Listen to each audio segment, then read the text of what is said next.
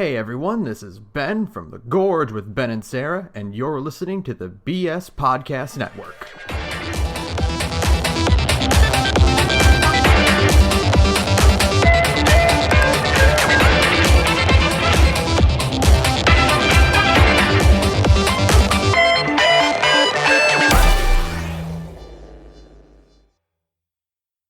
This is The Gorge. It's a podcast where my friend Sara and I gorge ourselves on overanalyzing a topic. The Gorge is brought to you by Patreon. That's patreon.com/thegorge, where for just $5 a month you gain access to not one but two podcasts. Takeout at $5 is a monthly commentary track where Ben and I decide we don't want to play anything, and so we just watch some stuff and talk over it instead. Our most recent one was Riverdale, which was a ride. It was a blast. It was super fun. Not nearly as shitty as I was expecting. But way more crazy than I expected. Way crazier than I ever anticipated, and I'm so glad. They just went from zero to insane in the first episode. The first episode has implied twincest, murder, extremely dramatic girl cattiness, but like to an umpteenth degree. There are vengeful Valkyrie cheerleaders. I love it. Please, go listen to that one because it was great. And then $2 gets you, that's hell you're walking into, a podcast where I drag Ben to the Temple of Time. No, not that one. And tell him what's going on with all these singularities and shit, because it's where we talk about the extended lore of the Nasuverse to the best of my ability, and it's always fun. So head on over to patreon.com/thegorge, kick in whatever you feel is appropriate, and as always, we appreciate all of our patrons desperately. And we are, just a heads up, we are $83 a month away from doing The Bad Game, which will be a monthly stream where we play really, really bad video games. You need to get us to $200 so that I can remind myself how bad The Bouncer is. I want to play The Bouncer really badly and enjoy the jank, so... Thank you to Holy Star 64, Nyan Hellcat, Patrick Perez, Roddy 1/2, Hasso Toby 27, Saturn, Alice Marks, Shia. Ho ho ho ho. That's just Santa. Magus, Aquamancer, Jack, Liam Lane, and that other one dude. I don't have the throat power to do like an evil cackle, so I had to settle for Jolly instead. That works. So this week is a roundup. Yes, we get to talk about what we've been doing. Look, let's just get this over with. Yeah. I moved, so I haven't played a lot, so I'm going to hold off on the thing that I did this last month. So Ben, get yours out of the way real fast. Okay. As I've said in previous months, moving, work on that is going steady. Yeah, I'm almost done. So I'll be in the house this month. Yay! Oh, I didn't know that. Mazel tov. But in the meantime, I did manage to squeeze some stuff in. I'm still going through Control bit by bit. Mm-hmm. I'm really enjoying it the more powers I get. Sure. It's really opening up. 'Cause it transforms it into just kind of like an okay third-person shooter into something more unique. Yeah, it's one of the first games where like I'm actually using the telekinesis ability more than other games that offer telekinesis. Yeah, I know. Telekinesis is always so fiddly in video games. It always, because you gotta have, there's that extra step of like having to locate your ammo and then use your ammo. Mm-hmm. You know what I mean? But whereas like Control does it really well because it's just like you can pick up you'll just pick up like a chunk of wall if there's nothing nearby. Oh, nice. Okay. And objects in the travel to your hand can hit an enemy. So if you line it up so like an enemy is between you and like whatever you're reaching for, it'll bash him in the back of the head, and then you can just throw it back at them. Oh, hell yes. Oh my god, that's great. Okay. So yeah. Fantastic news. I'm really enjoying that. I got the power of flight, which is really cool in a game like this that I did not expect to get. Yeah. Yeah, so that's going well. Not much else to say about it because I'm still kind of trudging through the story, and I'm waiting to get to the Alan Wake DLC. Right. Because apparently it's really good. Hmm. In the meantime, I beat Kingdom Hearts 2. Okay. It's Kingdom Hearts 2. This is probably, I don't know, 10th, 12th time I've beaten that game. You can't go wrong with Kingdom Hearts Yeah. 2. It's fine. That boss fight is still really, really cool. The laser dome is one of the hypest moments in anything ever. Yes, it is. And so after I beat it, I started Dream Drop Distance again. I really, really like the PS4 version of that game. Right. Way, yeah, because it's not on a 3DS. Yeah, way better than I do the 3DS version. It is funny because like the motion in it is so different from 2.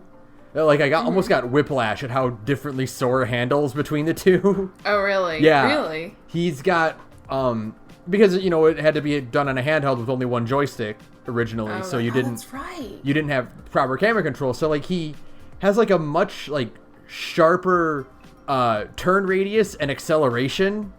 Oh, okay. But yeah, I really like Dream Drop Distance, so Right. I don't mind going back to it. Okay. But I'm mostly doing it so that I can eventually buy 3 on PC and start modding the hell of it out of it. It's just stuck in a Kingdom Hearts loop forever, huh, Ben? Yeah, like playing Dream Drop Distance is more of like a formality at this point before I part of it. dive back into 3.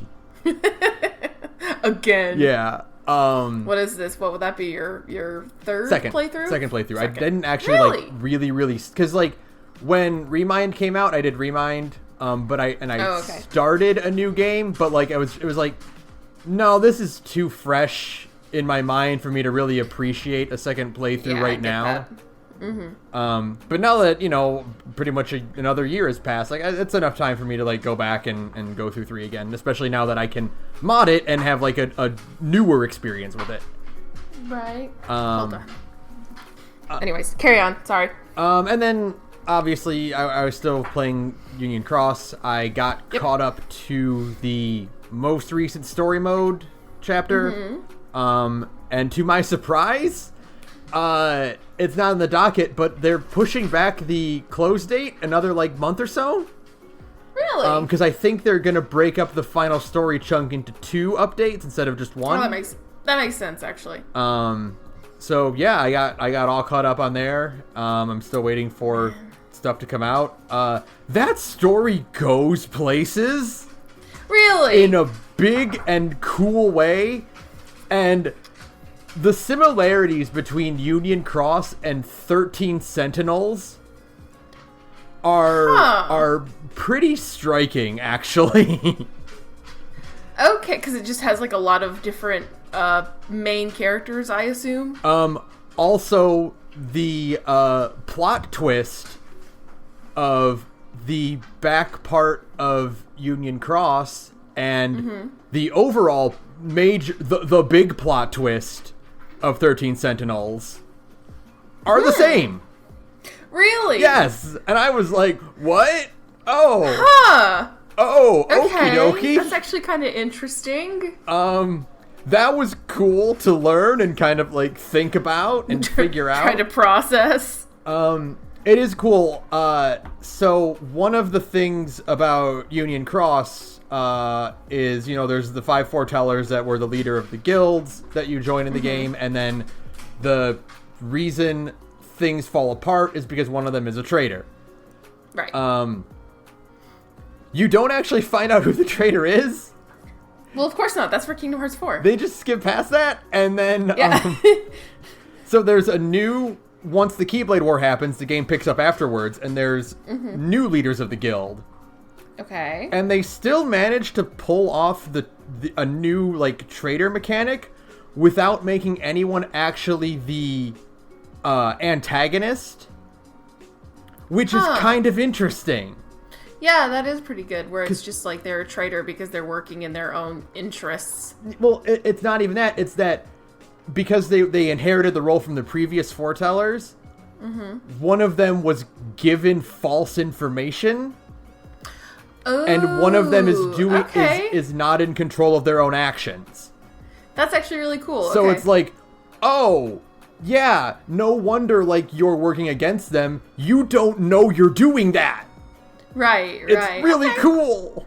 Yeah, that's really interesting. Okay, that's actually awesome. It's a good way to, like, do the traitor, like, concept, but keep it Kingdom Hearts, soft. Right. In that, it's not when it's the antagonist, but it makes them more of a victim that way. Right.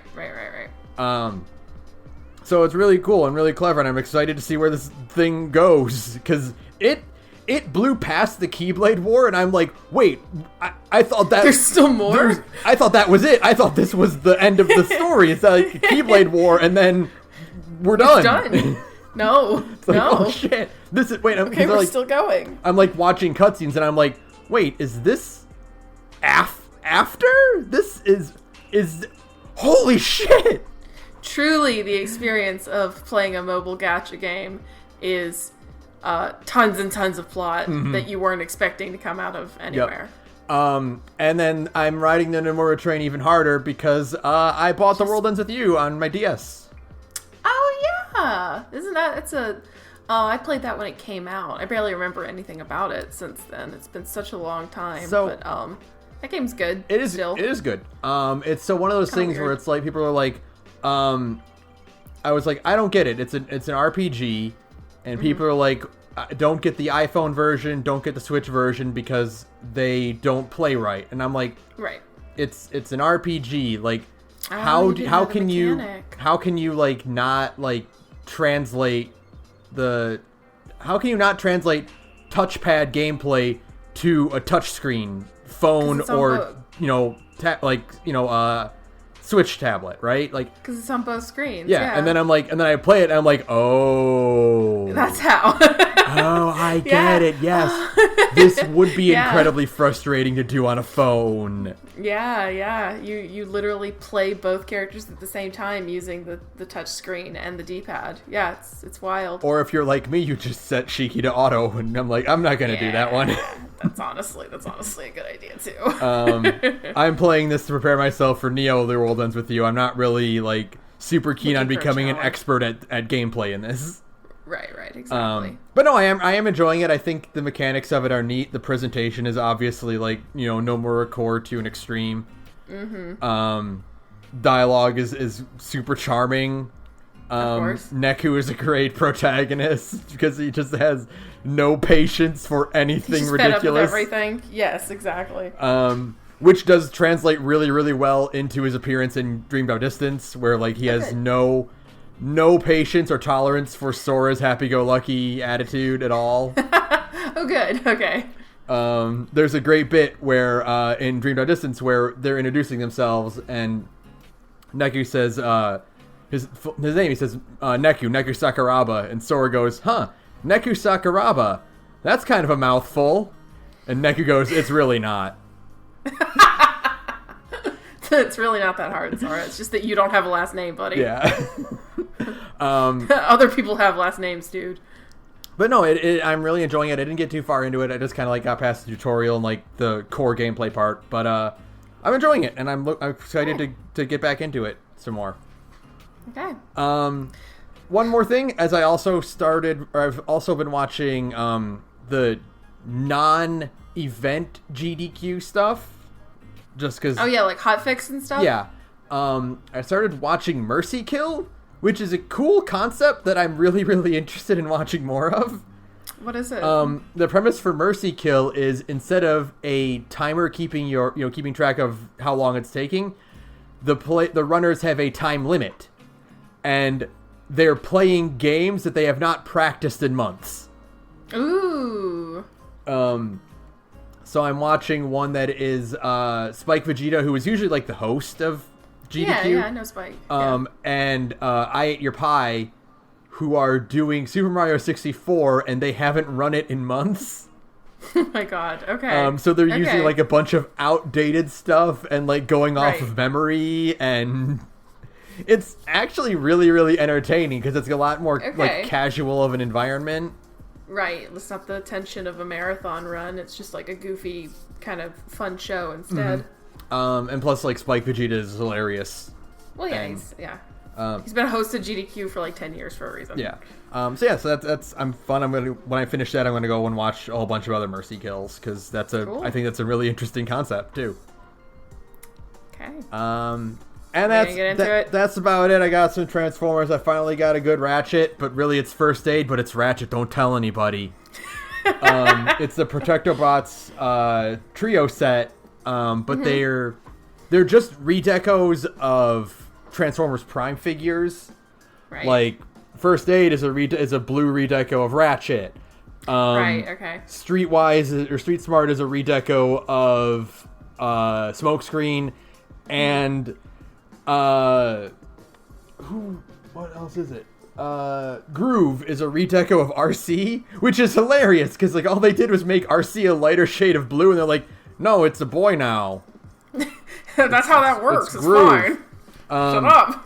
Groove is terrible because it's just a Legion class, which is like a really, really tiny figure that is like made to be cheap. It's like normal cost, it was $6. Right. The rest are deluxe classes, so they're pretty good. The only problem I have, again, I can't find a good Ratchet.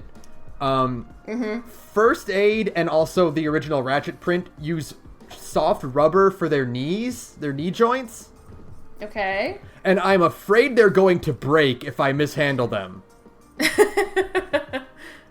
So I'm like, all right, you're good. I'm just gonna leave you there. You just stay there. You don't get to transform ever. You just stay right here. You live here now. Yeah, I'm not gonna he's not gonna be one that sits at my desk and I kind of fiddle with while I'm working on. He's gonna be display shelf, core. Right. But he looks good, and that's what matters. I also got a they sell like fan made sticker packs. You can use to enhance the figures. So that's neat. I bought one for Ratchet to kind of add more red to him, so he does look more like Ratchet and not like a weird blue Ratchet that they're calling First Aid. Hold on, I'll hold off on that for just a second. But no, that's it for me. Nothing else really exciting to talk about. Wow, there is something exciting to talk about. What did you do, Sarah? I hate you so much. This friendship is over. This podcast is canceled. I'm done. Why? What did you do? You sound like something very big and exciting happened to you.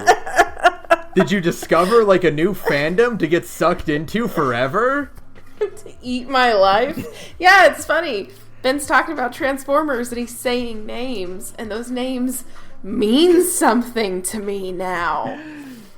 Because I finally read More Than Meets the Eye. Yay! Yay!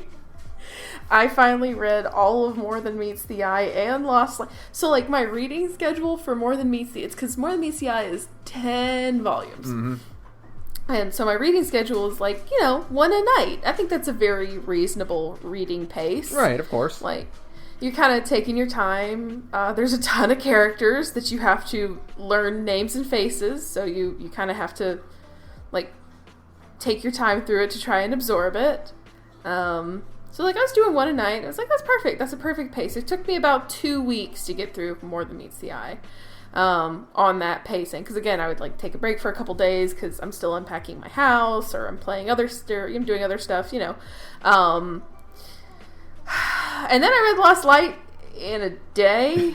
I read all 4 volumes of Lost Light in a single day, yesterday. Yeah, it's still Monday. So, I just started it and then didn't leave my couch until I was done. I started at 2 o'clock in the afternoon and didn't get off my couch until about midnight.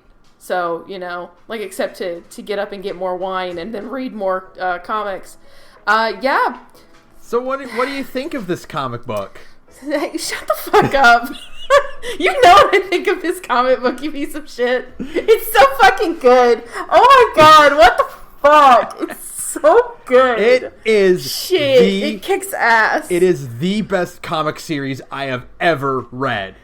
It kicked so. Once I finally learned everybody's fucking name, it is no problem. This, Exiles, and Ultimate Spider-Man, And that's Right. like, that's it for me in terms Yeah. of just like the top quality comic book series. It is incredible. I mean, like, in terms of even just, like, if you're not... Obviously, if you are a Transformers person, you will take more away from it. But, as we've said, I'm not a... Well, I wasn't a Transformers person. I guess I am now. But at the beginning, I was not a Transformers person. I was just like, fine. We did the Pathetic Fools episode, and it, like, ignited my interest enough that I was like, fine, fuck it. I'll go read the first volume and see how I felt. And then it ate my life. But, like, I don't know anything about Transformers but for what Ben has told me. And it's just, like, a good sci-fi series where the main characters happen to be robots. Like... Yeah, for the most part, a lot of these stuff could just be, like, a sci-fi fantasy story. Yeah, like, 85% of it could just be like sci-fi. There's stuff that is very specifically built around the fact that they are Transformers, but like tons of it is just hijinks in space, and like it is extremely fucking good. I'm really devastated by this. I'm just like, oh no, this is gonna become a thing, isn't it? What even made you read more than... Because, like, that's what made you start reading Transformers comics, too, right? It was the panel of Rodimus giving that speech to the Grand Architect. At the end of Lost Light. Someone posted that page. I think it was on the Two Best Friends subreddit. Someone was like, look at this cool moment in comic books. And it was just that thing where he's like, you know, we've defeated the DJD, we liberated, stolen a moon, liberated... planets, etc., etc. And I'm like, what the fuck is this? This is the coolest thing ever. Dope. I need to know what this is about. What's this from? More Than Meets the Eye? Okay. And then I read the first issue and I'm like, yeah, this is gonna be it for me. This is gonna be it. It's gonna eat my life. It's gonna make me into a crazy person now, I guess. Like a maniac on Twitter. I mean, you know, if you follow me on Twitter, you've seen, you know. It has eaten my life. It's just, I guess I'm a Transformers mark now. Sure, why the fuck not? I guess that's what it's going to be. You've got favorite characters now. I've got favorite characters. I have a list of favorite characters. I can finally differentiate between all of these. Like, you know, it's not when you have a list of favorite characters that you know you're in deep. It's when you can look at a group spread and name like 75% of them. It's when like that's when you're like, fuck. It's when you can see like all of the Seekers and like know who they are by color. Yeah. Or like, when you can tell the difference between Prowl and Blue Streak, then you're like, oh shit, I'm in this now. Fuck. When I know, you know all the scavengers' names and all that, it's like, oh, wow. Okay, this is where I am now. This is what has happened to me, a person who is normally a perfectly reasonable individual, and it can happen to you. Now, this is actually my warning PSA to not read More Than Meets the Eye, or it'll make you into a maniac. Now, again, the only problem with starting with More Than Meets the Eye is that you have read the series that was pitched as all the characters that don't get to be in anything else are all in one comic book. Yeah, we have a huge problem now where I am like emotionally attached to like very specific characters and very specific iterations of one character. It's like, boy, I really like Chrome Dome and Rewind. What are they in? Nothing? Oh. Great. Just fantastic. I love Drift. I love Ratchet. I mean, I like literally everyone. I mean, the top 5 are, of course, Megatron, Rodimus, Cyclonus, Tailgate, and Whirl. Of course, yeah. In that order.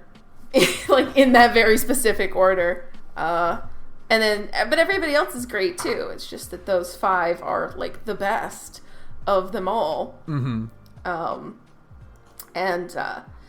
yeah, it's like, oh... Well, I guess Cyclonus is in a few things, but he definitely isn't the saddest, gayest skeleton on the planet. He's definitely not that Cyclonus. He's usually just kind of like a henchman or like a regular... Well, in the 2019 IDW 2 Transformers, like the reboot series, he is a pretty prominent character, and he's not a Decepticon in that one. He is a war vet who kind of hangs out by himself. Okay. So that a little bit of that carried over, but like if you go back and like watch just like regular Transformers, like he's just Galvatron's like right-hand man. Sure, okay. Man. I know, it sucks. It sucks. I've doomed myself. I've utterly doomed myself to all of this. And like, so like, we gotta take a short detour. Because when you told me, you were like, yeah, it's pretty gay. I was like, but is it really though? Mm-hmm. Is it really though? Because there's a difference between like gay and the lens of fandom, and then like what's actually being said on screen in canon. You know, those are two very different things. You were right. It's those characters are husbands. It's incredible. I am like routinely at basically every. So the rule of thumb I have taken away from reading these books is if you ever have the thought, hey, wait, are they? The answer is yes. Like, yep. At one point, I was like halfway through like the first season, basically is what they call it, and I was like, are Drift and Ratchet? And then I got to the end of the books, and it was like, yeah. That's canon too, baby. They just say it. They just get married. There's a reason like Ratchet got on Rodimus's case about what happened to Drift. It's incredible. It's like, it's literally, there are more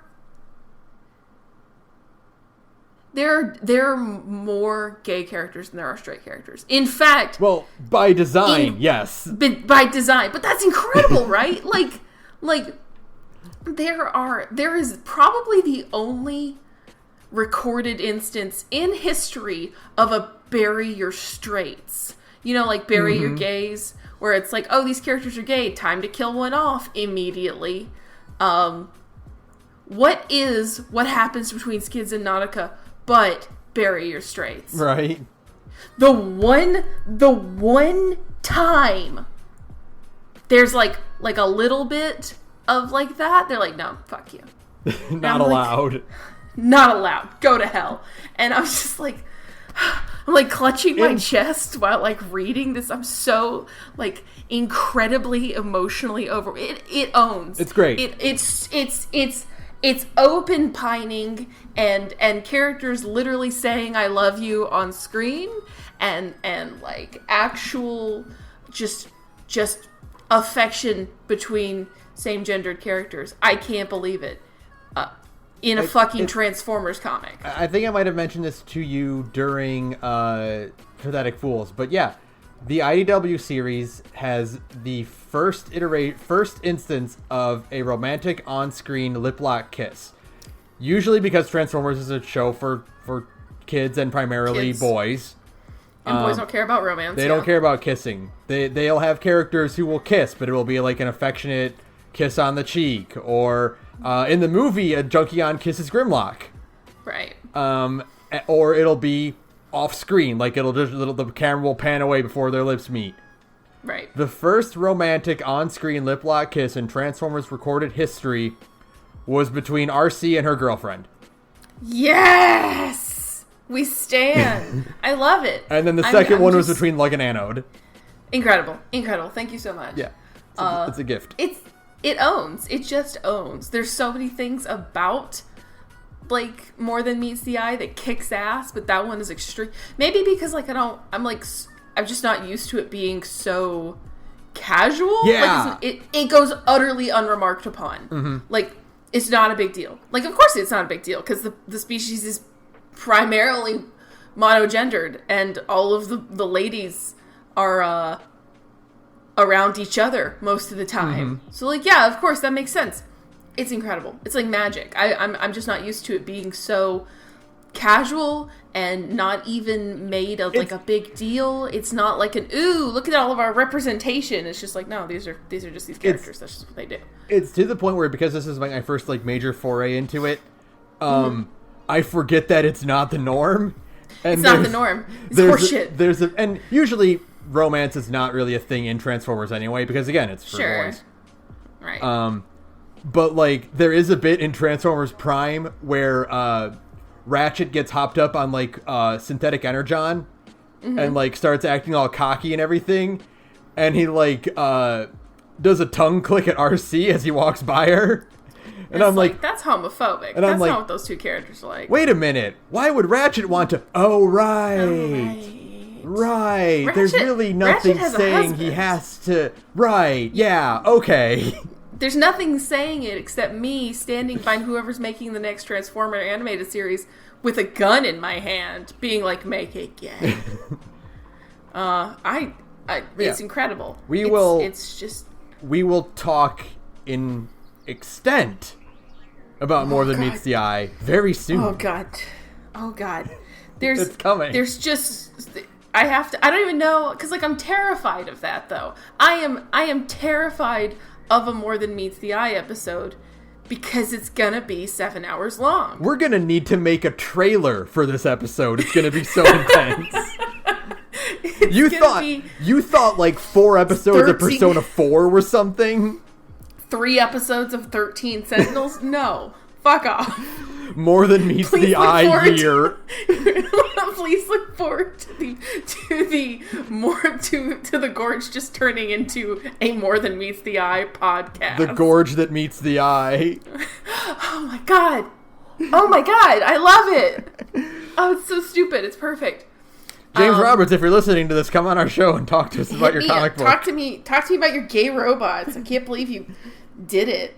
That, like, blatantly, it owns. How do you know he got away with it? Apparently Hasbro and IDW were totally fine with it. They're like, yeah, do it. Oh my god. That's cool. That's awesome. Yeah. I'm, like, trying to think of anything else I want to get off my chest right now, like in the roundup. And, send Megatron pics. Yeah, we'll deal with that. Every single one of our title cards is just going to be like pictures of Megatron covered in heart stickers. Please look forward to that. It's like, what? Aren't there other characters in this comic? No. There's Rodimus. Can you believe there are some people that don't like what they did with Megatron? Those people are dead inside. I don't trust anybody who wouldn't like what they... What, you want to just be like a cackling, like, villain every single... There are so many iterations of Transformers, to the point that I am aware of how many iterations of Transformers that are just like evil Megatron. Like, just this one time... Of course, the problem is, again, much like being in love with, like, Drift... or fucking Cyclonus, right? Mm-hmm. You will never get this anywhere else. Right. I will never find this in any other piece of Transformers media. So, that's gonna be a problem. Yeah. Yeah, you're just gonna have to deal with, like, finding other characters that you like as well. Disgusting. Damn it. No. Get used to Bumblebee. No. Fuck! It good, sucks. You should watch Bumblebee, I know, but Bumblebee's just so fucking... Maybe it's because I need to read Robot, which is next. I will start Robots in Disguise after I've done emotionally processing what happened in Lost Light, which might take a while. But, like, the parts of More Than Meets the Eye that do have Bumblebee in them, I'm like, go away, you're boring me. It's a fight between fucking Bumblebee and Star. I put Starscream on the fucking against the fucking wall, and I don't mean in a good way. I mean, I'm gonna like line him up like a revolutionary. Like, what a... I gotta get this... Fuck Starscream! Like, fuck Starscream, man. He was insufferable in the movie, and they found a way to make me hate him more, which is just incredible. I didn't think it was possible. I was watching the movie, and somebody in another one of my Discords sent me that bit in the movie where Starscream gets iced. Yeah. And one, it's really funny, because even though we literally just watched it, I had already forgotten how abruptly Starscream gets iced. It owns. This is bad comedy, and then he just disintegrates him. He just kicks ass. And yeah, what have you got now? Anyways, what were we saying? Starscream sucks. You should watch. Starscream sucks should watch ass. Animated or Prime because Starscream's really good in both of those for different reasons. Okay, fine. I'll try to find the love in my heart for this little worm, this weasel, this fucking microbe on the bottom of my shoe, and his dog shit crown. I do like that his crown in the fucking in the comic is the same one from the movie. Yeah, it's really cool. I noticed that. Yeah, no. I hate you. I hate you. I truly do. Like, now I've got, like, feelings about cartoon robots that turn into cars, and I'm, like, thinking, like, well, I'll sit down and read more of these comics. Like, you bitch. I win. You win. I am terrified of the More Than Meets the Eye episode. I don't know what we're gonna do. I don't know how we're gonna break it down. Do we do it by seasons? We might like have to 1, 2, and you might have to just do it by season. Like 1, 2, and Lost Light. Yeah, I feel like that's the only way to do that. Like, because otherwise, it's so dense. Oh, okay, so that's the thing we can talk about real fast. Because like I do not read Western comics. Mm-hmm. I have just. Because they're bad. I wouldn't want you to. Yeah, I know. Exactly. Most of them are bad. No offense.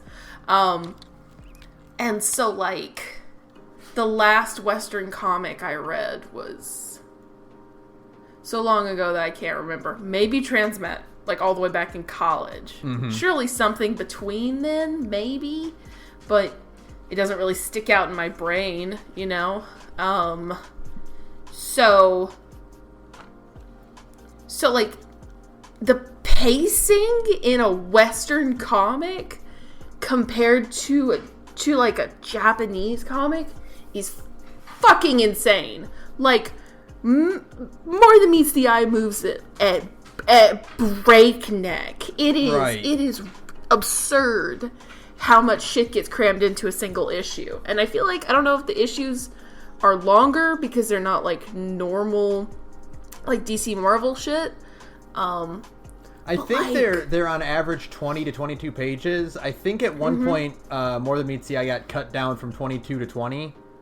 Okay. Okay. And I think normal Marvel DC are 18 to 20 pages. Okay.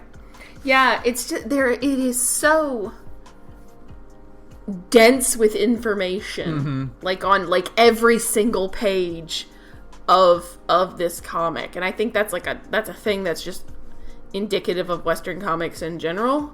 Maybe because of like release formatting. I don't know. I mean, Western comics still come out weekly, right? No, they're usually monthly. In fact, it was a pretty big deal that Amazing Spider-Man was coming out bi-monthly for a while, like 2 a month. Really? Okay. Usually they are still trapped in the monthly schedule. So that makes sense though. Like, you only have 20 pages. Like your average Shonen Jump chapter is 10 to 20 pages depending on, you know. Yeah, like on average all I think it's like 14 to 16 pages like as your average weekly Shonen Jump. Yeah, and sometimes you'll get more because it's like a big thing, or sometimes you have less because of scheduling stuff with the artist and the author. So like that means that on average, in a month of Shonen Jump, you're getting so like 30 pages basically, like 3 weeks, 3 to 4 weeks a month. No, that's more like 60 pages. Yeah. Like 50 to 60 pages a month versus 22. And so, like, you have to hyper condense things down so much more in a Western comic issue. And it makes my head spin. Like, it's wild how different it is. And I think More Than Meets the Eye does it really well because It's all really interesting, and I mean, like, even like the formatting of a Western comic versus a Japanese comic is different. You have taller pages to work with, for example. You can cram more information per page onto a page of a Western comic versus manga. So, you know, those kind of things kind of that dictates what your comic does and looks like. Yeah, and we'll get more into this later, obviously. Yeah, I know. But I do want to say, like, in terms of that pacing, like, yeah, I don't think there are a lot of panels in More Than Meets the Eye that don't have dialogue in them. No, it is extremely dense, and that actually it was probably one of the only things I had like a problem with, and it's because this is like a total personal problem. It is a lot of information to take in. Because, like, again, I'm so used to, especially, like, fucking Chainsaw Man. The last manga I read before I read, like, any comic at all was fucking Chainsaw Man. There's so much, there's so much more noise in More Than Meets the Eye than Chainsaw Man. There's so much more talking in More Than Meets the Eye versus Chainsaw Man. Holy shit. Chainsaw Man gets, like, 15 words a chapter. Yes, it's extremely sparse. And the artist is very, like, more interested in telling a fast-paced story with tone than they are in, like, relaying dense information. So I could not have back-to-back read more different things. And so, like, I was, like, getting into it. I'm actually probably going to go back and reread the first, like, 4 volumes. Because I don't feel like I absorbed it very well. Yeah, like I was still adjusting to the format change. And it's a totally different context now that you're more familiar with these characters and who they are. Yes. Like, you're not spending Absolutely. time identifying them. Right, I'm not like scratching my head like trying to figure out who everyone is. I can just point them all out of a lineup. So I might go back and like reread the first handful of volumes, like maybe the first season of More Than Meets the Eye, to try and like grasp it better. Right. But yeah, no. I knew this was gonna happen. That's why I was like, let's just get through Ben's shit real quick, so that we can get to this. Because I knew I was gonna end up talking about this for a long time. Because of course you were. Of course, it's so good. It's so good, you bitch. I am genuinely happy that you liked it as much as you did. Like. You just would have been devastated if I had hated it. I knew you were gonna like it just because I know what you like, obviously. Sure, and like, of course, we have. We have extremely, similar tastes at this point in our lives. And there's nothing in it that like would even be remotely like, oh, she'll think this is bad. She might just be like, I don't actually really dig this as much.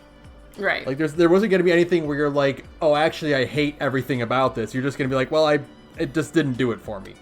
Right. The fact that you did end up liking it this much is just like, I'm very happy with that. You bastard. You bastard. The next step is buying toys, of course. Yes, which, of course. I am not a collector. We've been over this. I'm not really a collector. But I do have, with my new apartment, I have stuff stored in a different way. So I do have a pretty vacant bookshelf. I'm just gonna say that the Siege and Earthrise Megatrons are pretty good figures. Shut the fuck up. In terms of just like overall quality, like they look pretty good. I'm a fan of the Earthrise or the War for Cybertron designs, like just all in general.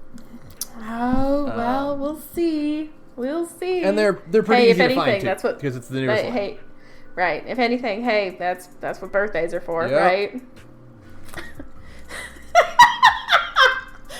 From here on out, every single gift-giving occasion is just giving each other robots. Well, I had a birthday, a few weeks ago, and my friend got me some pint glasses for my bar.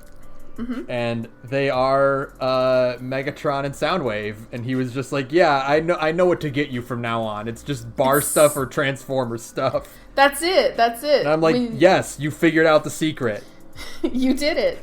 Like when you finally do that for a friend, for any friend. I have friends who I just know exactly. Like Rachel gets Skull stuff. my friend Lauren gets Legend of Zelda stuff, and now Ben gets Transformers stuff. Mm-hmm. And I guess fucking Sarah gets Transformers stuff now too. God damn it. So, it's cool. That Farai model kit of IDW Megs looks pretty good. It is actually, it's extremely sexy. I actually really, really want that. I have to put it together. Yeah. But it is, I have eyeballed it. Yes, Ben. I have looked at it. You're very funny. Oh god, okay, we gotta move on. So, some stuff happened that wasn't Transformers though, so let's talk about some cool stuff that happened. Yes. Talk about some fucking news. Yeah. First off, Mass Effect Legendary Edition. BioWare explains all the gameplay tweaks. I'm excited for Mass Effect again. I am excited for Mass Effect again, which of course is just me putting on my clown shoes Yeah. and dancing out for the king, jingling my little hat. Like, Yeah. yes, I'm Boo Boo the Fool, They fixed up some of the stuff. I think the lighting is still a bit absurd, but because I know Yeah. that I'm like, I don't mind that it looks ridiculous. That's not what I'm playing these games for. So I don't mind that. Fixing up the Mako and making Mass Effect 1 play more like Mass Effect 2 and 3 is good, because I was afraid to go back and play Mass Effect 1. Please make... The only problem with replaying Mass Effect 1 is that you have to play Mass Effect 1. Like, sorry. That game is still like a blast to experience, because the story is good, and the, all the stuff around it is good. But have you ever tried to just, walk in Mass Effect? It sucks. It's, the worst. It's dog shit. No. Don't do that. Please make it better. They did say the loading times would be improved, but they will give you an option to listen to the elevator conversations now. Oh, good. So, okay, that's cool. That works. Of course I want to listen to the elevator conversations. Better character customization, better different achievements. All the DLC is just in there from the base, so you don't have to all it's integrated already. And so cool, very exciting for that. Yeah. Did we talk about the fact that so Mass Effect 1 has 2 pieces of DLC? It had Bring Down the Sky, which is pretty good. It's very standard, but in terms of a DLC, it was totally functional. It was just another quest, basically. Yeah. And then there was also... It was like combat missions. Yeah. I don't remember what it was called. It was basically Mass Effect's Bloody Palace. Yeah. Or like the VR missions in Metal Gear Solid. Right. That kind of thing. And it sucked. It was awful. It was trash. Nobody liked it. It was very bad. It was just combat arena after combat arena, and it was dog shit. Guess what isn't in Mass Effect Remastered? They apparently they lost it. Yeah. It's just gone. Whatever company they farmed it out to work on it just lost the originals.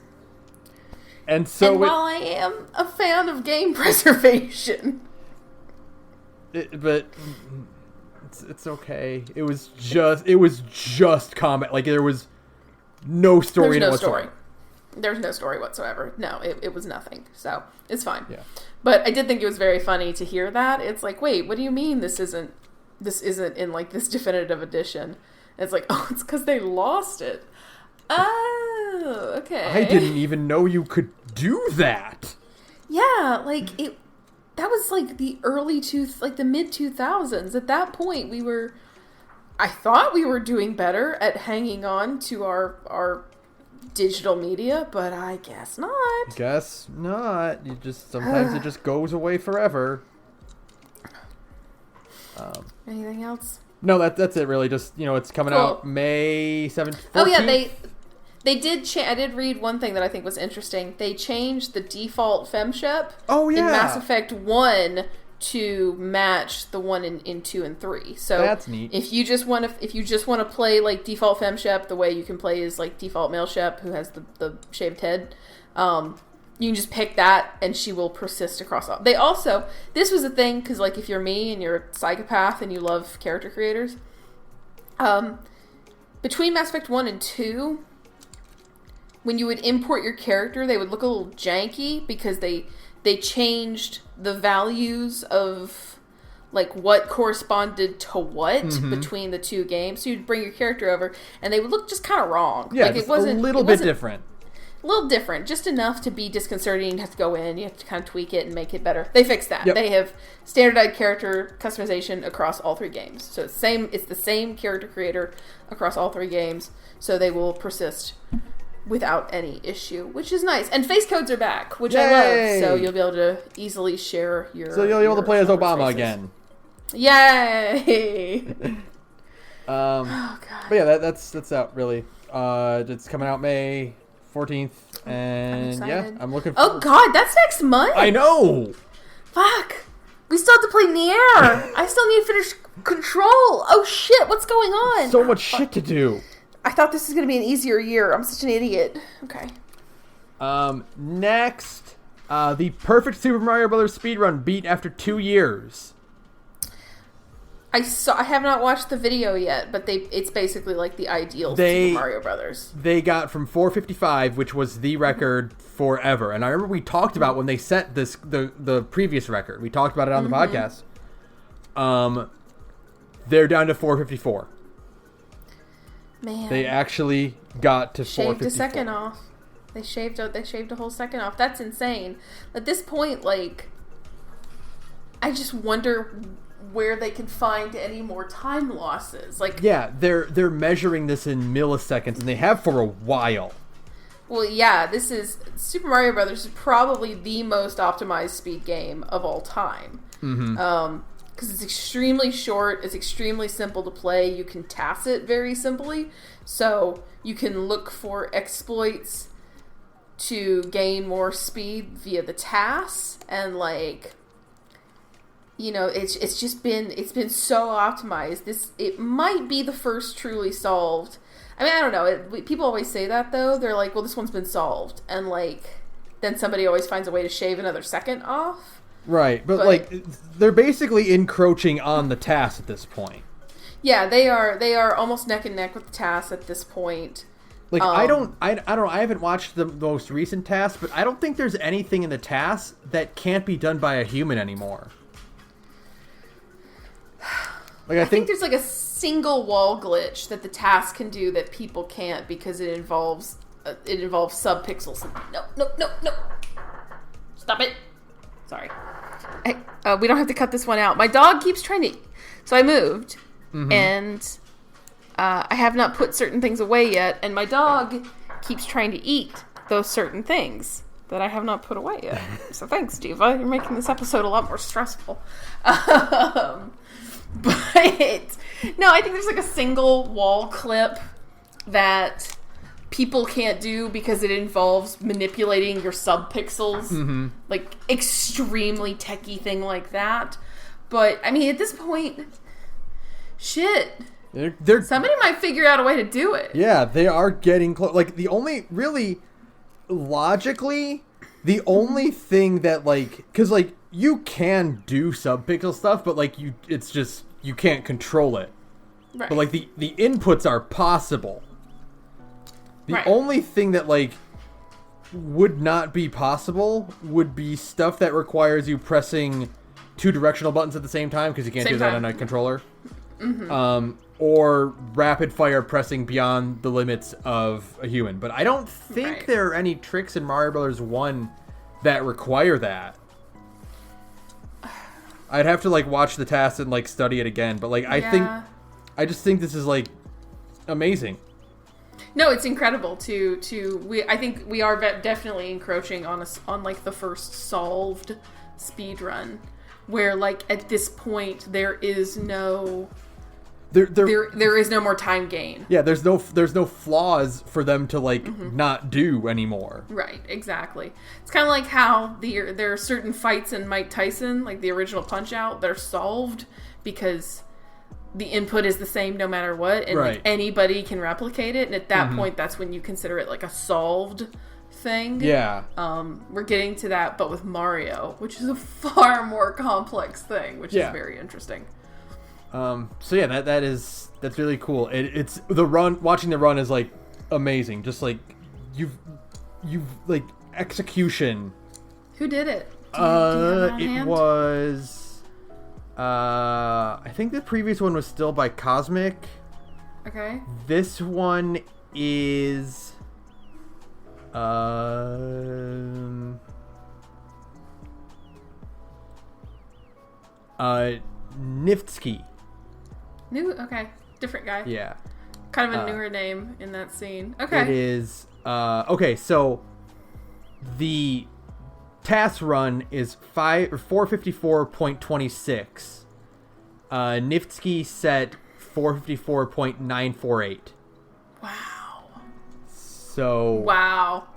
They about a half of a second. Yeah. Is the only thing differentiating them between the tasks.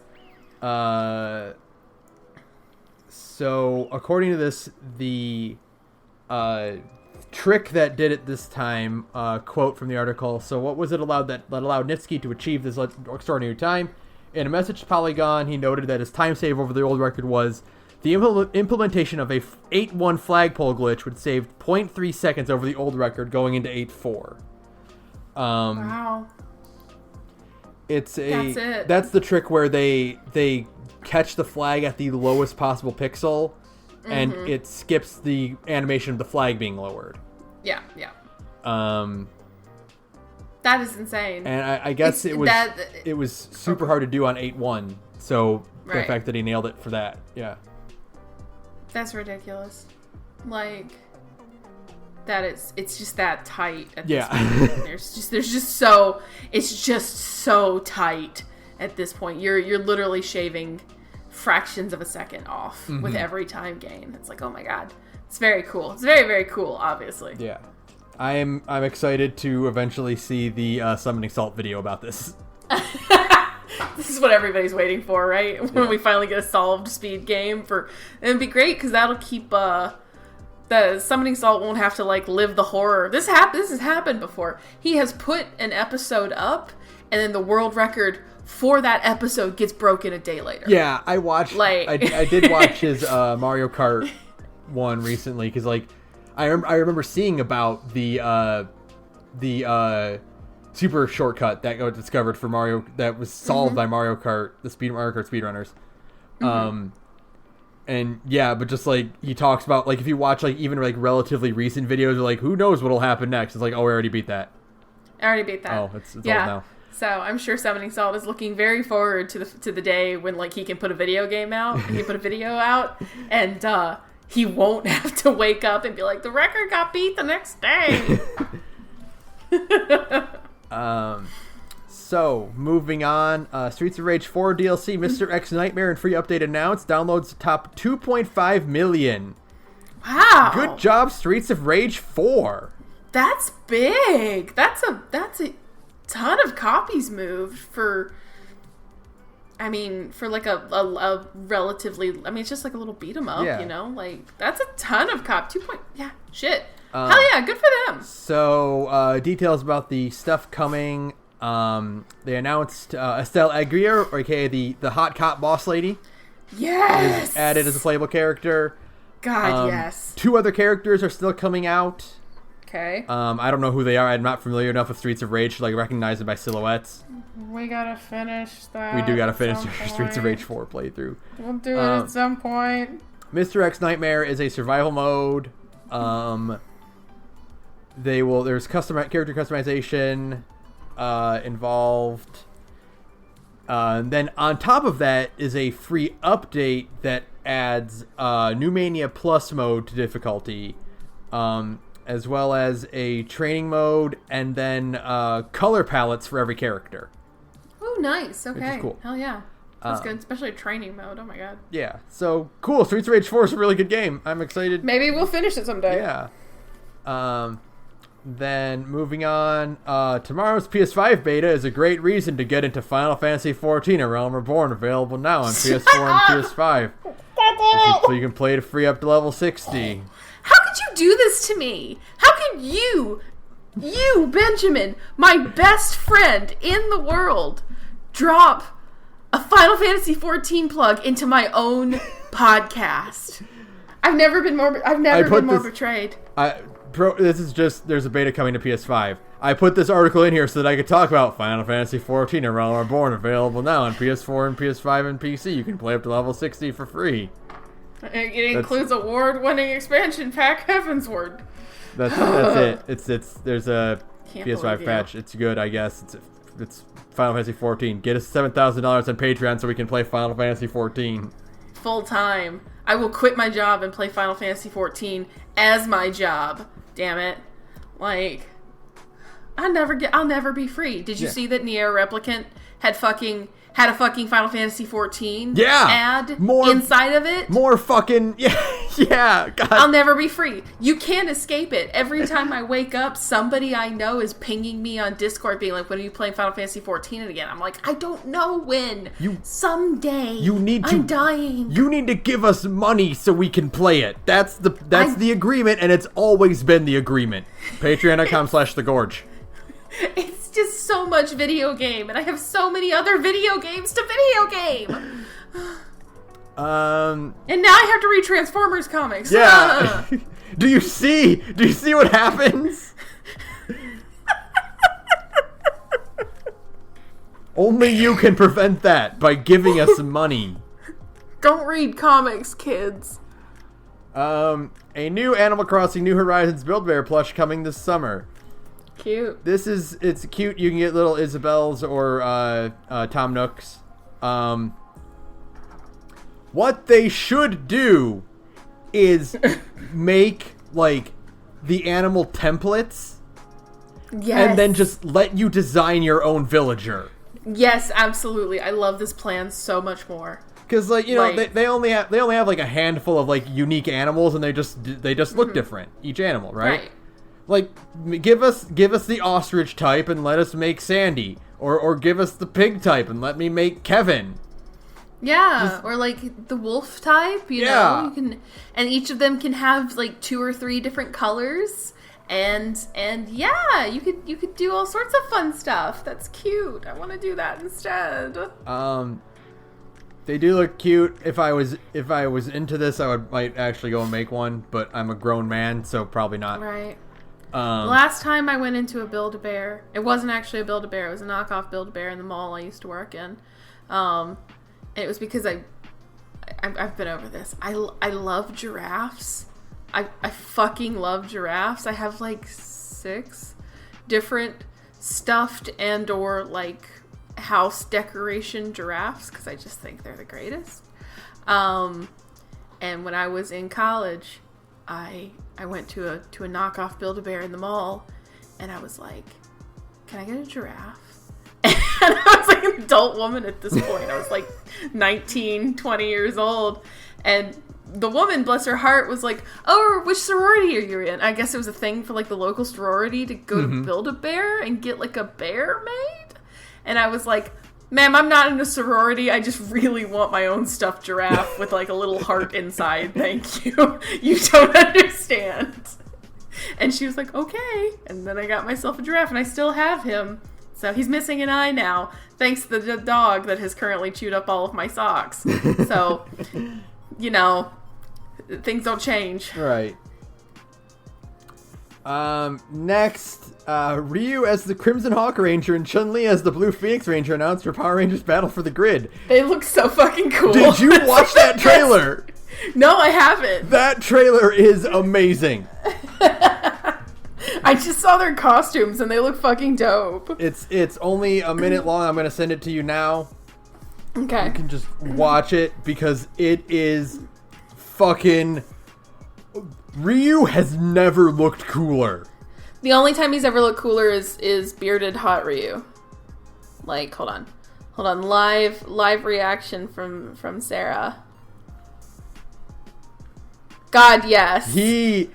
His outfit, it was apparently like in like a mobile game, like a Power Rangers mobile game. Okay. So they're just like importing that into the fighting game now. Is this just like a cool fighting game? Like, is the fucking Power Rangers fighting game? It's got Virgil in it. That's right. Oh yeah, the Quantum Ranger is just fucking Virgil. That's right. He's even got like a sword and everything. They should have like made like Virgil like Quantum Ranger like his partner like in this like trailer. Oh my god! To get the Capcom thing going. Absolutely. But like get a Dante. He's pulling off Marvel vs. Capcom moves. Yeah, absolutely. Like those are just Like his Super Hadouken is a beam, which is exclusive to Marvel vs. Capcom. Like it's not a beam in Street Fighter. Right. Like it's just a bigger energy blast. Yeah, I just got to that. Oh my god. That is so fun. Okay. Like he looks cooler in this than he does in Street Fighter 5. Yeah. Yeah. And Chun-Li looks sick too. Man, all right. So they showed off apparently like one of his alternate costumes will be a like 90s like school uniform. Oh my god. Like an Angel High, like Angel Grove, yes. like leather jacket with like a headband. Oh my god, thank you so much. Just like yes, so thank cool. God.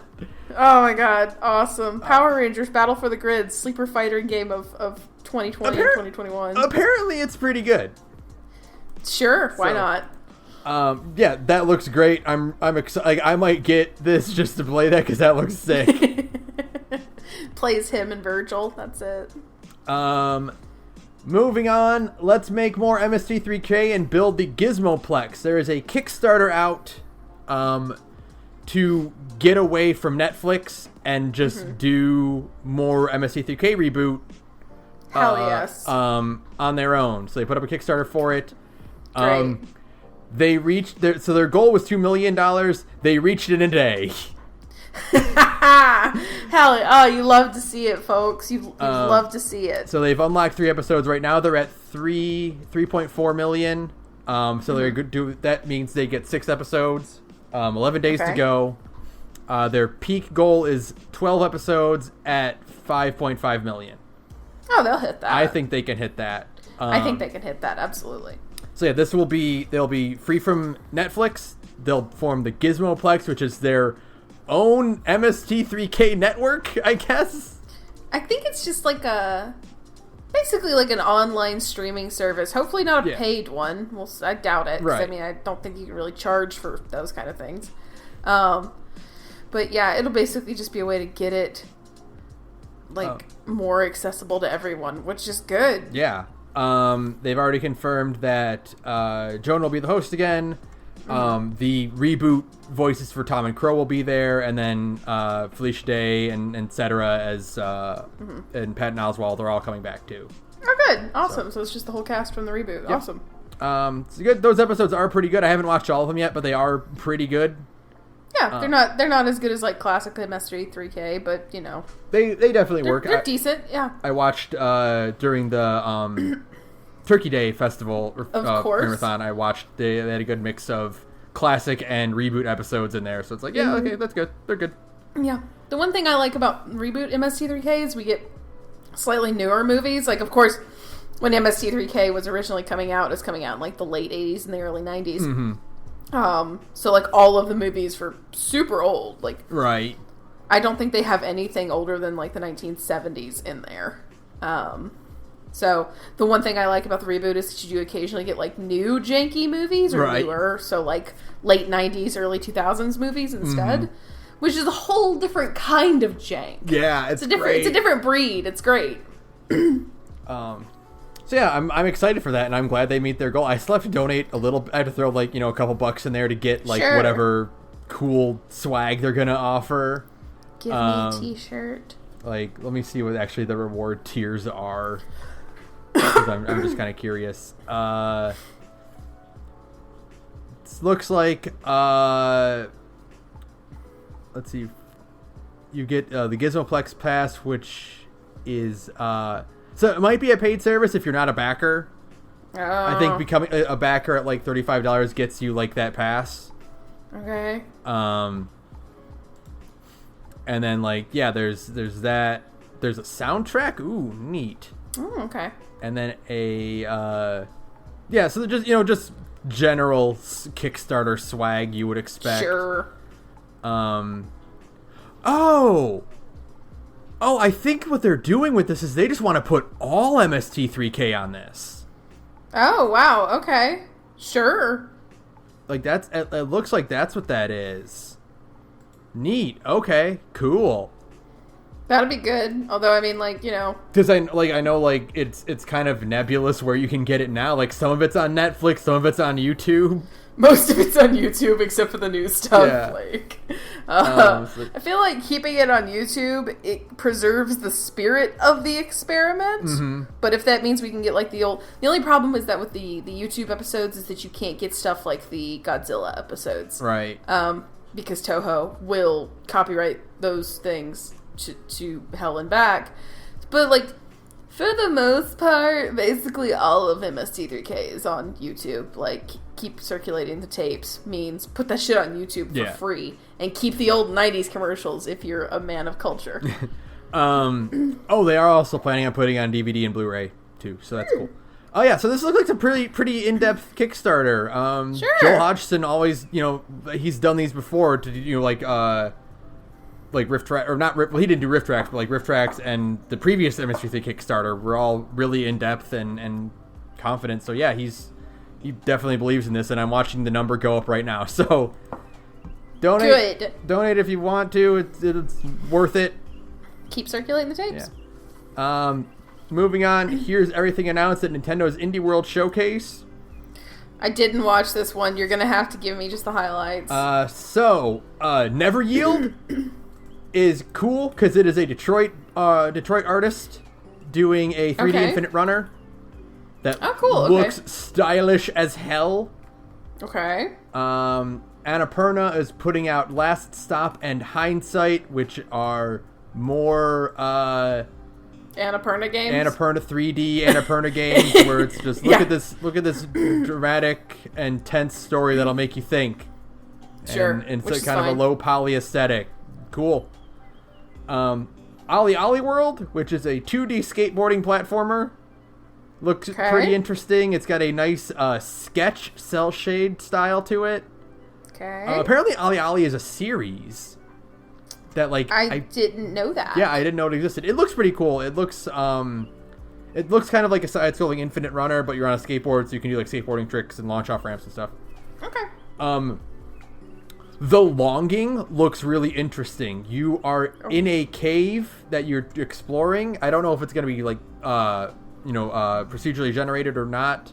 But you're like this little goblinish looking guy in a cave wandering around. And you're exploring to pass the time. The time being 400 real-time days. Huh. So, I don't know if there's any way to increase time, like speed it up, but time passes normally while you're playing. Okay. And you have to get through 400 days. Interesting. Wow. Okay, that sounds kind of neat. There Is No Game, Wrong Dimension, which is a weird and silly looking meta style game about the game you're playing is falling apart and the devs are trying to fix it in real time. Okay. Like while you're playing it, so like the narrator is like telling you like stuff and like, trying to put the game back together. Right. Showed off some more Shredder's Revenge. That game looks great. It's by the team that made Streets of Rage 4, so that'll be good. We like Streets of Rage 4, so... Chris Tales is a action RPG that kind of reminds me of a Tales game. Not just because of the name, but also like the way the gameplay looks. Yeah, I did see some of this one. It actually does look pretty cool. Getsufuma Den Undying Moon is Igavania. Looks cool. Mm-hmm. The last big one is Oxenfree 2 that I can think of. But looking at this, also Skull the Hero Slayer is a roguelite, 2D roguelite where you play as the villain fighting the heroes. You are a skeleton minion, and your powers are if you throw your skull at different enemies, you take over and get their abilities. Oh, so, like, cute. Your skull takes control of their bodies. So that looks cool. Yeah. Labyrinth City also looks really cool because it looks like it's a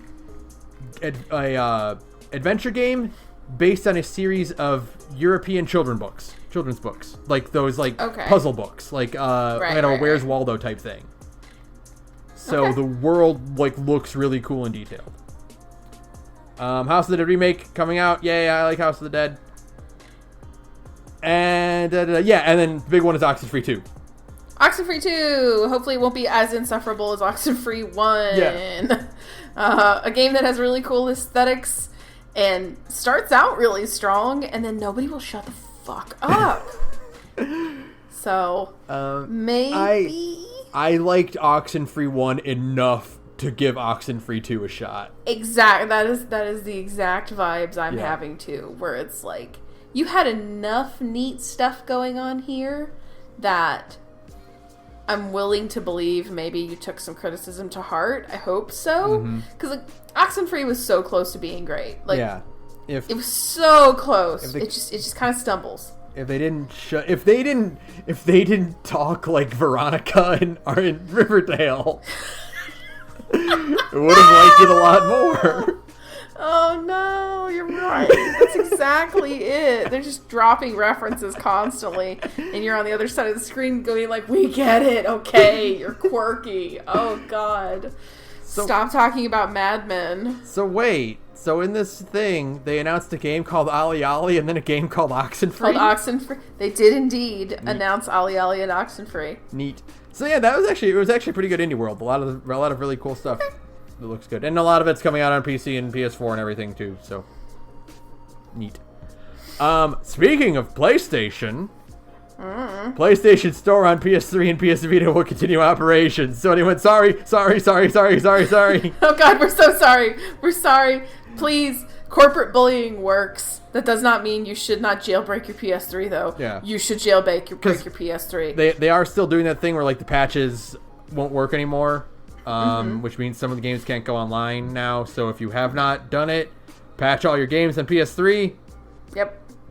Look into jailbreaking them. Look into seeing if your computer can maybe run emulators. Wink, wink, nudge, nudge.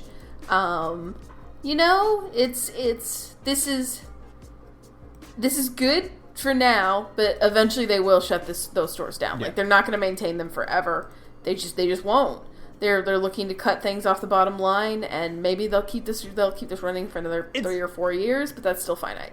It's kind of funny because I was thinking about this is an inevitability because they stopped making PS3s. We know this happens, right? But this is the first generation where the lifespan of those consoles was extended by the online market. Well, yeah, especially the PS3 because the PS3 is impossible to include in backwards compatibility. Right. That's what it boils down to is if you wonder why, that's your answer. Is because the cell processor is a nightmare. It's a horrible piece of architecture that is monstrous to design for and runs like dog shit.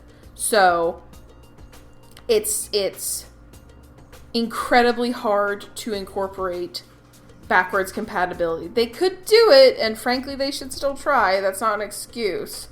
But that means that any game that's trapped on the PS3 is definitively trapped on the PS3. Right. All the PlayStation 3 Tales games and stuff, they're just stuck. And we had the Wii, and the Wii had a virtual shop and everything like that. But the Wii did not have dedicated online multiplayer products, right? That's right. Not what its intent was for, right? Right. Was Brawl? No, Brawl was not online. Was Brawl not online? No, it wasn't. Oh god, Nintendo's so backwards. How do they even exist? But the PS3 and I think you can still connect to the Xbox store on the 360, right? You can digitally buy Xbox 360 games. Yeah, you can. But we didn't have the generation before, the GameCube, the PS2, and the Xbox original didn't really have dedicated online stuff. You could go online for a few games, but it wasn't it didn't have Wi-Fi for one thing. No, yeah, it was no. Didn't have an online store. But this is the first generation where it's like, yeah, when they stopped servicing the PS3 and the Xbox 360 because like it's not profitable anymore and there's no reason for them to keep it up, but like you're losing a lot more product as a consumer. Yes, absolutely. And it's just like you're losing whole game. You're losing access to entire games. Yeah. And it's like this is eventually going to happen with the PS4 and the Xbox One. Eventually. Oh yeah, on a long enough timeline, this will happen to everything. So, but like that's why emulation is so vital. Yeah. So it's just like it's kind of weird because like the panic, of like, hey, all the shit's going down. It feels more real because like, yeah, there was much more like longevity with these than the other consoles because of the online stuff. Yeah, absolutely. They last for way longer because you can still keep accessing games for those consoles easily. Like even the PlayStation 3, which does not have new games coming out, you can still buy most PS3 games off of the store. Whereas with PlayStation 2 games, you are kind of restricted to physical copy scarcity. And yeah, it's very interesting. But it sucks because it's the future. Yeah. Going forward, where more and more games are being digital. Yeah, this is the downside of games being more accessible when they're out. Right. Versus, now that our avenue for getting them is shutting down, they stop being available. Yeah, that's why it's again super important to maintain your connections to emulators and jailbreak your PlayStation 3s and all sorts of stuff like that, because that's just going to have to be the case for basically all consoles moving forward, unless Sony is incredibly magnanimous and the PlayStation 6 is double backwards compatible and can play PS4 and PS5 games, and they keep those storefronts up forever. Right. But I don't know. I highly doubt that. So, we shall see. Yeah. Some good news, though. Hey! Tales of Arise coming out September 10th, coming to next-gen consoles, too. The meme is dead. Tales of Arise actually has a date. We finally have a date. We finally have 2 new playable characters. They both look Rinwell great. And Law. They look great. Law is just Claude if he was white. Mm-hmm. And Rinwell is cute, though. She has the best mage design, like mage archetype character design. Yes. In Tales history. Oh, God. Yes. Like, it's so cute. It's just expertly designed. Like, the whole look and shape and color palette that she's got going on. It's great. She looks like you just combined the best parts of Gina Zarita and Jade. It's true. She actually, I keep thinking she looks like she just looks like a girl version of Jude. She kind of does, yeah. She looks a lot like a girl version of Jude, which is fine. I mean, that's cute. I love Jude. So, but yeah, no, she has a great design. I like Law's design a lot too. I love his wolf shoulder pad. Yeah, very big and chunky. The game itself looks fucking holy gorgeous. Shit, that gameplay demo, I'm just like, this is just fucking Devil May Cry.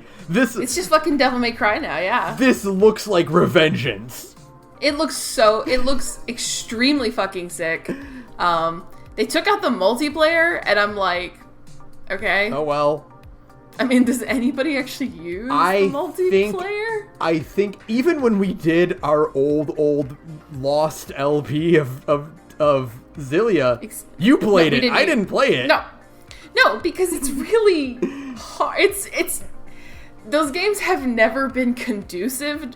Maybe back when they were on like 1.5D kind of playing field. It kind of worked with multiplayer, but especially for fucking Berseria, which still had multiplayer, it didn't work because the camera stayed focused on whoever player 1 was playing on. We did, my friend Dave and I did multiplayer for Symphonia for a little bit, but it didn't work because unlike, a regular multiplayer game, there's a lot of time where it's just only one person can play. Yeah, exactly. Maybe if it was online multiplayer, but the thing about that is that it just seems so weird that you just sit around and watch cutscenes for God knows how many hours, and then like when you're not doing cutscenes, only one person can explore like towns and stuff. No, yeah, it doesn't. I'm not mourning the loss of multiplayer one goddamn bit. No, not at all. I'm super excited. September 10th. I'm stoked that we have Tales games with good town design again. Yeah, which is shocking. It's like, oh right, that's right. It's a fantasy game. The towns, the locales should look fantastical, so you feel like you've been transported to another world. It's like the whole purpose of cool town design in JRPGs is that you're trying to impart the idea that you're in a place completely different from your own world, and then you play Tales of Berseria and like this just is like a European town, like a medieval European town. This sucks. Oh, it is a town.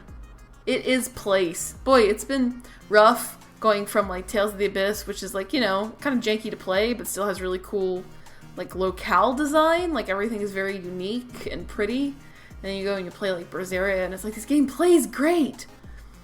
These locations suck ass. They have not topped Vesperia in terms of town design. They've never topped Vesperia in terms of town design. You'll never... unless Arise just blows my asshole out, like nothing can top Dawngrest. Yeah, well, unless Arise has a song as good as Dawngrest's theme. yeah, exactly. We shall fucking see. And I know some people, like, your opinion has kind of soured on Vesperia over time. That game's aesthetics have not been topped. No, that game still has insanely strong aesthetics. Like, it still has really good character design. Like, it's still beautiful. The Dawngrest theme is, like, one of the fucking best video game tracks of all time. It's incredible. You walk in, and it's just so jazzy, and you're like, oh, fuck, where am I? There's still a lot to love about Vesperia, even though I have soured on it in a lot of ways. I'm just hoping that Arise captures some of all of that good shit. It's gonna be hard to top, even though like my bitching about Berseria's towns doesn't matter. The rest of Berseria is like incredibly good. Like you're gonna have to bust your ass to top that. Mm-hmm. And it's like, I hope it's as good. I think it will be. Based on that gameplay footage, like I think it will be. I know. We'll see. I'm just so glad. It's not dead. It's not dead. It's not a scam. It's not a money laundering front. It's an actual video game that's actually coming out in September. And on the same day, we got Tales of Arise news. Hold it. The great Ace Attorney games are finally getting released outside Japan. Oh my god. Both of them in a single collection. It's both Daikyakuta and Saiban games. Fucking finally, we're getting more Ace Attorney content. Holy shit. It's been 800 years, but they finally put the great Ace Attorney out in the West. Like, thank you. These are the games. So, if you don't know, the first 4 Ace Attorney games were directed by Shu Takumi, who bailed from the project after Dual Destinies did not become what he wanted it to be, which is fair. Mm-hmm. I like a lot of things about Dual Destinies, but my opinion on that game has kind of soured over the years.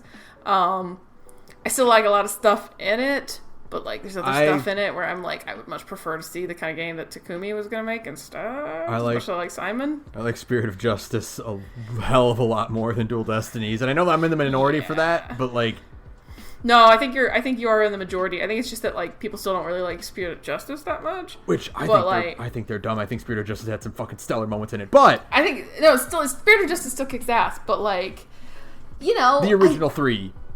The original 3 are, they're the original 3, and they're classics for a reason because they're just so fucking good. And so Shu Takumi did these two games, which is why I am excited as fuck. Also, all of the character designs are done by the character designer from Ace Attorney 4, who I think is the best artist in the series by a mile. Like, they are... Like, the artist who does the art for Dual Destinies and Spirit of Justice, like, that art is really, really good. Don't get me wrong. Like, I think they're an incredible artist, a great character designer. All of those looks are super, super solid. But there's just something so, like, beautiful and rich about the color and character design of the characters in Ace Attorney 4 and the characters in, that is also the artist who did Ace Attorney versus Professor Layton. Oh. So all of those character designs are also this artist. And those were also all extremely good character designs. So, yeah, it's basically like my dream. My dream Ace Attorney game is to have, like, those people come back and make two more. Like, and I think I've talked before about how, like, I don't like prequels normally. Sure. Like, just like as an overall, like, I'm not. It takes a lot for me to get excited over a prequel because it's like, well, I've already seen where this is going to lead to, so I don't. Mm-hmm. You can't surprise me. Ace Attorney is one of the few series where I'm completely evenly split on whether I prefer story or gameplay. Sure. Yeah. You could scrap everything about the Ace Attorney characters and just give me the cases, and I'd be fine. Yeah, absolutely. They're basically just like puzzle visual novels. Yeah, or you could be like, from now on, Phoenix Wright and his friends will only be in this 26 episode anime, and I'd be like, that's fine, awesome. As long as it's got a budget, unlike the actual Phoenix Wright anime. Are they new adventures? Yes. All right, I'm good, man. I like both of these things either way. You can go in either direction. So the great Ace Attorney stuff, I'm totally fine with. This is going to be Absolutely. Great. It's more gameplay that I really, really like.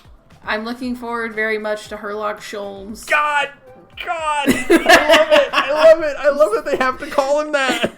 His name is Herlock Sholmes, the great detective. Because he's too emotional and friendly to be, so it doesn't fit under public domain.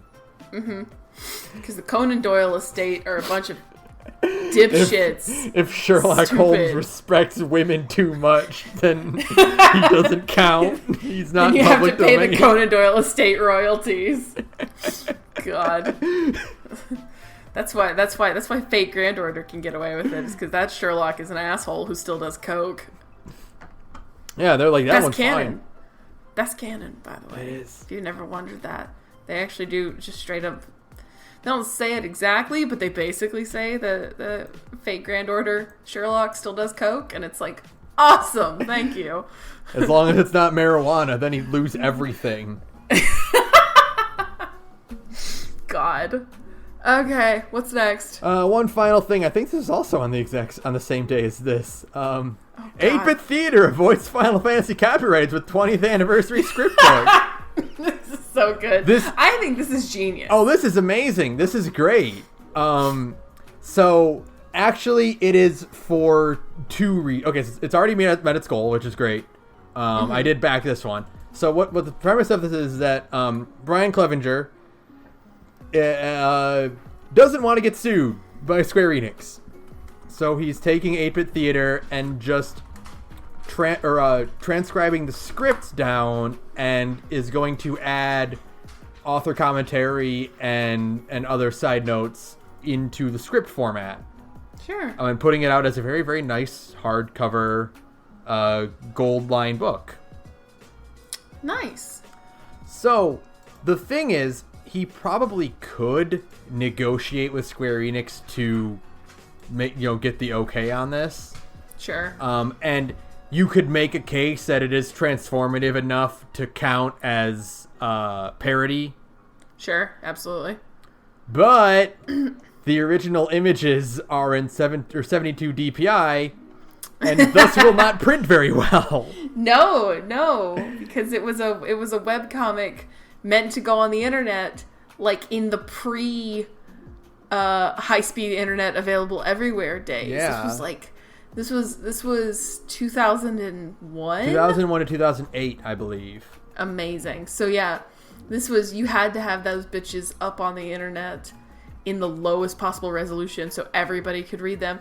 And like, my mans did not expect it to become any kind of a cultural phenomenon. Oh, no. Of course he was not making these in 300 DPI and then like, resizing it to 72 DPI for the internet. Right, like, no. He was just making these in 72 because they were easy to make. So yeah, I get it. This is really cool. I think Brian Clevenger is one of the most talented comic writers ever, actually. Mm-hmm. Atomic Robo is amazing. Oh, really? And he also did a Captain America comic that was pretty good. Really? So he's definitely talented, and like early 8-bit theater is pretty bad. Like, not gonna lie, it's pretty generic sprite comic, but like, sure. As it progresses, like through the years, it became so well written, and the character dynamic between like the four main characters was so like sharp and like clever. It's one of my favorite comics of all time. Right. So I'm really excited for this. This is actually really, really cool. I feel like 8-bit theater did not get the sort of public like attention it deserved. It was obviously very popular back in the day, but like, sure. I think it deserved to stay in the cultural lexicon more than it did. Right. 'Cause some of the shit that some of the jokes that he pulls off and the character interactions are just like stunningly clever. Right. So yeah, I'm really excited for this. This is gonna be cool. Good. I mean, yeah, I think it's very cool. It has a lot of guest artists. It's got Transformers IDW artists. I was really cracking up. I was cracking up about that actually, because like in the middle of me reading More Than Meets the Eye, like they announced this so one of the artists who does covers and stuff for Transformers IDW is an artist named Sara Stone. She's great. Oh my god, her art is gorgeous. I followed her on Twitter. You should go do that. Her art is immaculate. And I was like, oh yeah, Sara Stone draws a great Megatron. And in the middle of me like reading More Than Meets the Eye, I looked at the 8-bit theater Kickstarter, and they're like, yeah, we got Sara Stone. I'm like, what the fuck? Okay. It's just one of those weird little serendipity things where your interests align at the exact same time. So yeah, but they have a lot of like guest artists who are doing character art and stuff, and I mean, yeah, I think it looks great. It's a very nice high class production.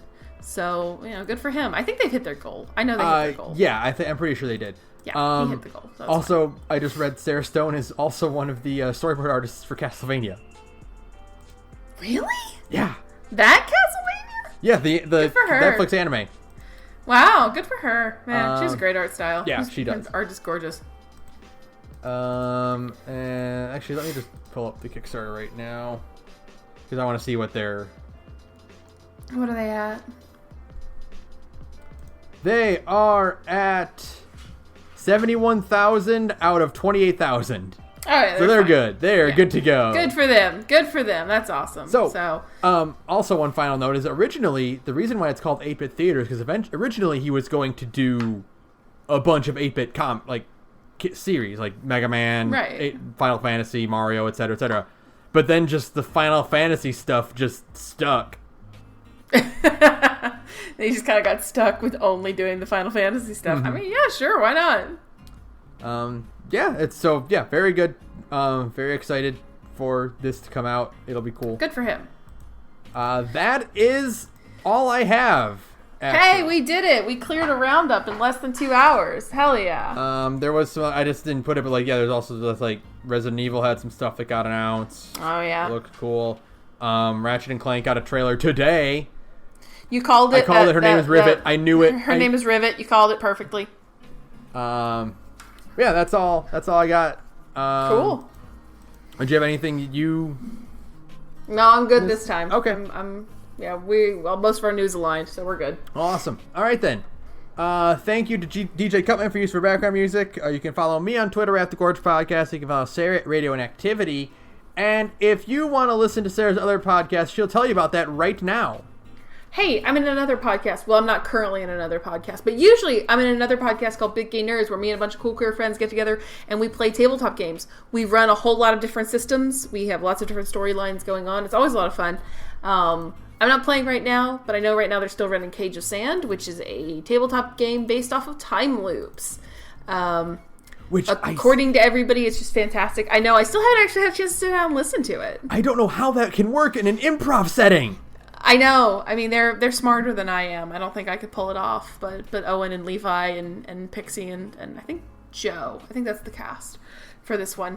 They're all very smart, so they're making it work, and everybody in our Big A Nerds Discord says it's great. So, if you want to listen to that or any of our other running or completed games, you can head on over to Big A Nerds on SoundCloud, and you can find the links to the rest of our social media from there. Thanks. All right, everyone, that'll do it for us. I got this one. All right. Because it's going to become a running one. It's not going to go away, Ben. Because we still have to do 6 episodes of More Than Meets the Eye. There will be one continuous one through every episode, so let's get it over with now. Fuck Getaway, fuck man. Getaway. Fuck Getaway. He's the worst, isn't he? He's so much worse than every villain in More Than Me, because Tarn at least has a personality, a charm to him. He's cool. He's kind of sinister. He has a lot of, he's kind of got that villain charisma shit going on. Getaway has none of that. Getaway is just a petty psychopath. He just sucks. And he's just the worst. And he hurt my boy Tailgate, and I'll never forget. Anytime, literally that one. We can't do this. We can't. Right now. We'll save it for next time. Oh, right. That reminds me. Before we end off, though, I will be trying to start another project during that time, which might be cool. He's told me about it. I'm looking forward to it. I think it'll be cool. I think it'll be great. It's something that's super easy for me to do. I just need to set up the space to do it. But yeah, so look out, keep an eye out for that. All right. We'll see you guys later. Good night, everyone.